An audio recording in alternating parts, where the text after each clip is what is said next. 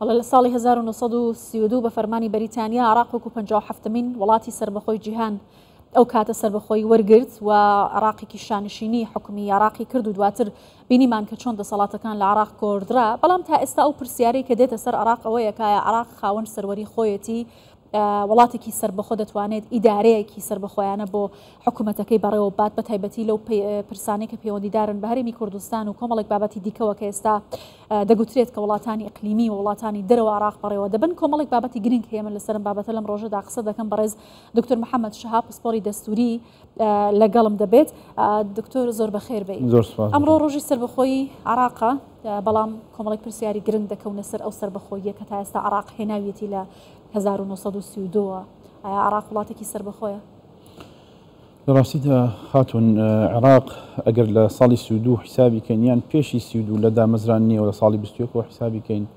تاکوی ئێستا عێراق وەکو پێویست نە ئیستیقراری بەخۆ بینەوەکۆی جەنابی سەرۆکوەزیران فەرموون و نە خۆشگوزاریەکی ئەو تۆی بەخۆ بینیوە. لەگەڵ ئەوەی کە هاوکات ئێمە داهاتێکی یەکجار زۆر هەیە لە عێراق، یەکجار لە هەموو بوارەکانە، لە نەوتە، لە غازە، لە فۆسفاتە، لە کبریتە، دەیان جۆری کانزا هەیە لەم وڵاتە کە سوودی لێوەرەگرن جگە لە توانە بەشەریەکان توانە مرۆیەکانی عێراق لە هەموو ئاستەکان ماشەڵڵا لە ئاستێکی زۆر بەرزە و عێراق و هەرێمی کوردستان. بەڵام نەمانتوانی وەکو پێویست سوودی لێوەرگرین. هەد سەبەبە ڕئیسەکەش دەگەڕێتەوە بۆ پابەند نەبوون بە ئەو گرێبەستە اجتماعی کۆمەڵایەتی کە لە نێوان دەسەڵات و خەڵکە هەیە پابەند پێوە نابن. دەسەڵات وەکو پێویست پابەند نابن. ئەگەر ئێمە بین تەقییمێک هەڵسەنگاندنێک بۆ ئەو مەراحلانەی عێراق پێدا چوە هەتاکو ئێستا بکەین، ینی بۆ چوونی من وەک شارەزایشی دستوری باشترین مەرحەلە عێراقیدا ژیابێ مەرحەلەی مەلەکی بووە کە لە ساڵی 21ەوە دەسەڵاتیان گردە دەست لەژێر ئینتیدابی بەریتانی، دواتر لە 32 استقلالی تاویان وەرگرت. ڕاستە ئەوانیش هەرچەند سلبیاتیان هەبوو، کۆمەڵێک سلبیات هەبووە و پابەند نەبوون هەبووە بە دستوری ئەو کاتی ساڵی 1925 تەمام پێوترا القانون الأساسی ئەو کاتە وەکو 100% پابەند نەبوون پێوەن، بەڵام پابەند بوونیان بە بەشێک وای کرد خۆشگوزارانی بۆ عێراق بێنن و هەتا بۆ گەلەکەشی وەزعەکەی باش بێت. ئەو بنیادنانەی کە لە عێراقی بەشێکی زۆری دەگەڕێتەوە کاتە بەداخەوە عێراقێکی بۆ ئیمکانیەتە زۆرە کە میزانی عێراق میزانی دایان وڵاتی دەوروبەری خۆی دەگرێتە، یعنی بەقەدەر دایان میزانی وڵاتی دەوروبەری خۆیەتی تەتەوەری عێراق هەتا دێ بەرەو خراپ دەڕۆین، یعنی تا ئەوە نایەن بەرەو باش بڕن، هەتا دێ عێراق بەرەو خراپ دەڕوە. باشە ببوورە لە 2003ەوە لە دوای دامەزراندن و دروستبوونی عێراقی نوێەوە هەوڵاتانی کە عێراقیان دامەزراند چاوەڕێیان دەکرد کە مۆدێلێکی جوانی فدراڵی لە ناوچەکەدا بۆ ڕۆژهەڵاتی ناوەڕاست بەگشتی وەکو عێراق بۆ نمونە بێتە ئاراوە. بەڵام بینیمان کەم فدراڵێتی بەردەوام دەکەوێتە ژێر پرسیارەوە. عێراق پابەندی دەستور و یاسا نابێت. عێراق کۆمەڵێک خاڵی نگەتیڤی لەسەر وڵاتانی دەوروبەر کاریگەری زۆر و هەژمونیان لە عێراق هەیە. بۆچی عێراق بەم شێوازە نەیتوانی مۆدێلێکی جوانی فدراڵیەت و دموکراسی نیشانی جیهان بدات؟ بە جەنابتم وت نیەتی ئەوانەی کە حکومڕانن لە عێراق لە 2003 و پێشی 2003 و حتا بڵین لە 58 لە ساڵی 58ەوە کە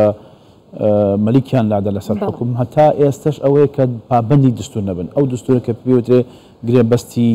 اجتماعی کۆمەڵایەتی نێوانی ئێمە و حکومڕان پابەند نابێ پێوەی بۆی قەت عێراق استقرار بەخۆیەوە نابینێ. ئەگەر ملاحەزەت کردبێ لە 58 ئەو انقلابە یان ئەو شۆڕشەی کە باسی دەکەن ڕوویدا لەسەر مەلیک، پاشان لە 63 پاشان لە 64 پاشان لە 68 پاشان لە 70 ینی عێراق بە بەردەوامی تووشی کێشە و گرفت بووە و حتا لەو مەرحەلەی کە حزبی بەعسی حکومڕان بۆ بە ئاسن و بە ئاگر حکمی خەڵکەکەی کردووە و نەیتوانیوە استقراری حەقیقی بێنتدی و خزمەتی خەڵک بکە. بۆیە ئێستا ئەو بەڕێزانەی کە حکومڕانن لە عێراق لە دوای 2023 هەمان نەهجیان هەیە، بەڵام ئاسن و ئاگرەکە ناتوانن بەکاربێنن. سەبەکەشی ڕەنگە بۆ باشی خۆیان نەگەڕێتەوە بەقەدەر ئەوەی بە لە ترسی کۆمەلگای نێودەوڵەتی ناتوانن ئەو بکەن، ئەگەر نا لەوانەیە پەنابەن بۆ بەکارهێنانی هێز دژی گەلەکەی خۆیان نانتوانیەوە خۆشگوزەرانی بێنن. من ڕێزم هەیە بۆ جەنابی سەرۆکوەزیران ینی ئەو ینی ئامانجی ئەوەی ئەو کارانە بکە، بەڵام ناتوانێت بیکا لەبەرەوەی پابەند نابن بە دەستور. دەستور ئەوە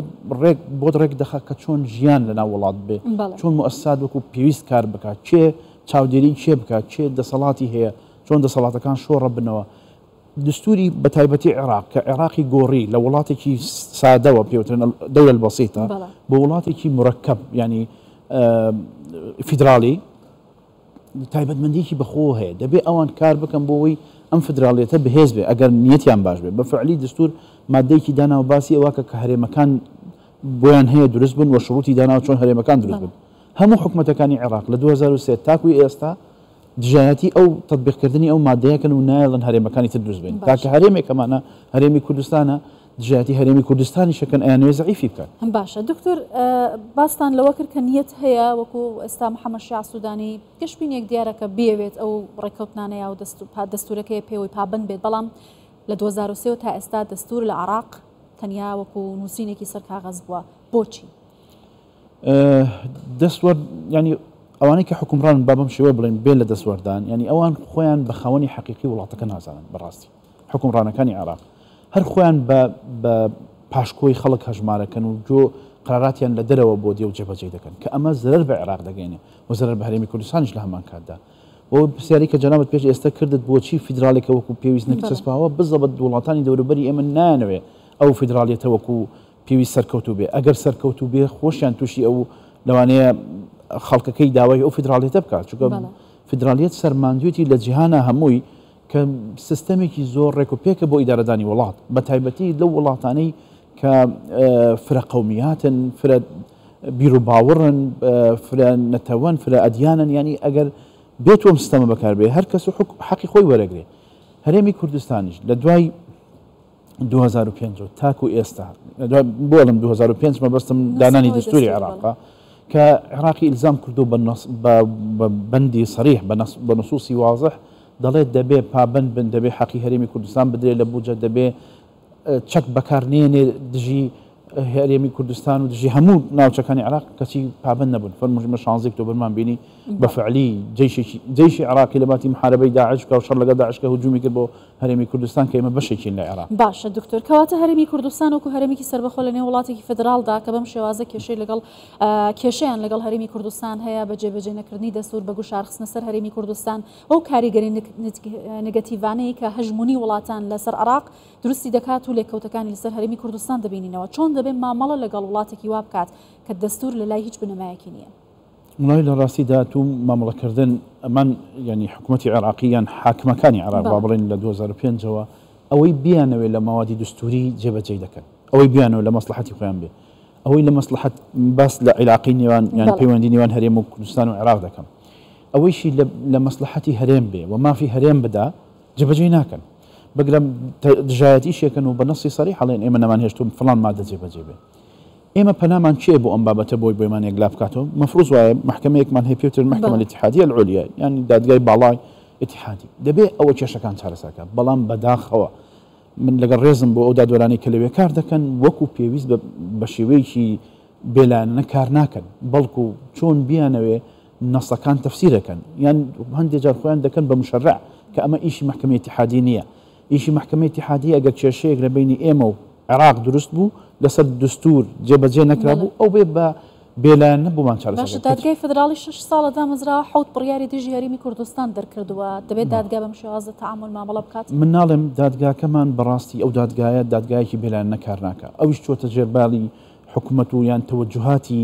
ئەوانەی کە حکومڕانی عێراقن شەرت نییە ئەوانەی ڕئیس وزەرا بەستم ڕئیس وزەرا نییە حکومڕانەکان لەوانەیە لە دەرەوەی بازنەی ڕئیس وزەرا بن لەوانەیە کەوانەی کە بڕیار بەدەستن لە عێراق ئەوانیش چونەتە ژێر هەیمەنەتی ئەوان و بڕیارەکانی ئەوان جێبەجێکن ئێمە وازحترین بڕیار ئەوەی نەوت بوو کە پێش ینی چەند دقەیەک جەنابەت شارت بە مۆزوعی نەوتدا ینی بەڕاستی بڕیارەکەی نەوت نادستوری بوو دژی هەموو نەسەکانی دەستور بوو ئەوان دەریان کرد ینی ئەی ئێمە حەلمان چیە لەگەڵ ئەوان من تێناگەم بەڵام بحل نین ئێمە چونکە دیباجەی دستوری عێراقی بواضحی الله يعني إن الالتزام بهذا الدستور يحفظ للعراق وحدته يعني أجر هاتو تو پابند بی بەو دستورە ینی باسی هەموو عێراق دەکە ئەوە عێراق بە یەک پارچەیە مینێتەوە بەڵام پێچەوانەکەی مەفهوم المخالفە ئەگە پابند نەبی مەنا عێراق مەترسیەوەی هەیە پارچە پارچە بێ و حەقی خۆشێتی هەرێمی کوردستان تا ناتوانێت چاوەڕێ بکە عێراق جێبەجێ باشە دکتۆر هەرێمی کوردستان لە ماوەکانی ڕابردوودا هەوڵێکی گەورەی دیبلۆماسی خستۆتە گەڕ لەگەڵ وڵاتانی جیهان پەیوەندێکی زۆر باشی هەیە ڕفراندۆمی سەربەخۆیی کوردستانیش لە 2017 بینیمان کە بەچە شێوازێک و وڵاتان پاڵپشتی هەرێمی کوردستانیان نەکرد ئێستا عێراق بەجیا لە ناوەندە نێودوڵەتیەکاندا هەوڵی سەپاندن یا بڵێن هەوڵی جێگیرکردنی پێگەی خۆی دەدات هەرێمی کوردستانە لایەکی دیکەوە پەیوەندێکی باشی لەگەڵ ئەو وڵاتانە هەیە چۆن دەکرێت تەوازن لە نێوان ئەم دوو پرسەدا ڕابگرین ئایا وڵاتان بەپێی بەرژەوەندی سەیری هەرێمی کوردستان دەکەن و چۆن لە عراق دەڕوانن پێگەی هەرێمی کوردستان و عراق چۆن دەبینن لەو ئاستەدا لە ڕاستیدا ینی جێگەی هەرێمی کوردستان موقعەکەی موقعێکی زۆر حساس و گرنگە وای لێ دەکە کە جیبایەخی وڵاتان بێ لەوانەیە لە مەرحەلەیەکی معەن لەگەڵ تو نەبن لە ڕاکانیان بەڵام معنایەوە نیە هەتا لەگەڵ تو نین و ڕفراندۆمی گەلە خەڵک باوەڕی پێ بکایان نەکا ئێمە سەرکەوتنمان بەدەستێنە 92.8 لە سەتی خەڵکەکە ڕازی بوو بگەوەی کە ئێمە سەر بەخۆبین ئێستش نەبێت 10 ساڵی تر بێمە لە جیهانە ڕوویداوە لە چەند حاڵەتێکی هاوشێوە 20 ساڵی تریش بێت دەتوانین بڵین پاڵتش بۆ ڕیفراندۆمە ئێمە ئەعلانی سەربەخۆی خۆمانەکەین ئەمە ئەم ڕیفراندۆمە دەنگی گەلە و هیچ دنیا ئەوە متحیدەش ناتوانێت هەڵیوەشێنێتەوە کەس ناتوانێت هەڵیوەشێنێتەوە ماوەتەوە وەکو خۆی پشتیوانی هەرێمی کوردستانە لە مەرحەلەیەکی معەن لەوانەیە پەنای بۆ بەکاری بێنێ من لەگەڵ ئەوەم کە دیبلۆماسیەتی ئێمە زۆر باشە لەخوا بەزێت بێناقەتێکی زۆر باشمان هەیە بەڵام باشتر و تونتر کار بکەنە سەر ئەم بابەتە ئێمە هەنگاو بنین پێچێ عێراق ینی وەکو پێویست فدرالیەت جێبەجێ ناکات دەبێت ئێمە هەنگاو بنین بەرەو مەرحەلەیەکی در ئەگەر ئێوە ناتانەوێت فدرالیەت جێبەجێکەن وەرن با فۆرمێکی تر بدۆزینەوە لە پەیوەندی نێوانی ئێمە و ئێوە فۆرمەکە گونجاوترینیان کۆنفدرالیە ینی پەیوەندیەکمان لەگەڵ عێراق دەمینێتەوە لەژێر ناوی عێراق دەمینێنەوە ئاڵای عێراق دەمینێنەوە بەڵام جۆرێک لە ئیستیقلال یان سەربەخۆیی زیاترمان پێدات لە مەجای مالی لە پەیوەندیەکان و إلى آخره دەبێ ئێمە دەربچین ینی یانەوە تا عێراق جێبەجێ بکە یانەوە تا بەرەو فۆرمێکی تر بڵێن لە پەیوەندیەکان زۆر باشە بەڕێز دکتۆر محەممەد شەهاب سپۆری دەستوری زۆر سپاس لەگەڵ کوردستان 24 زۆر سپاس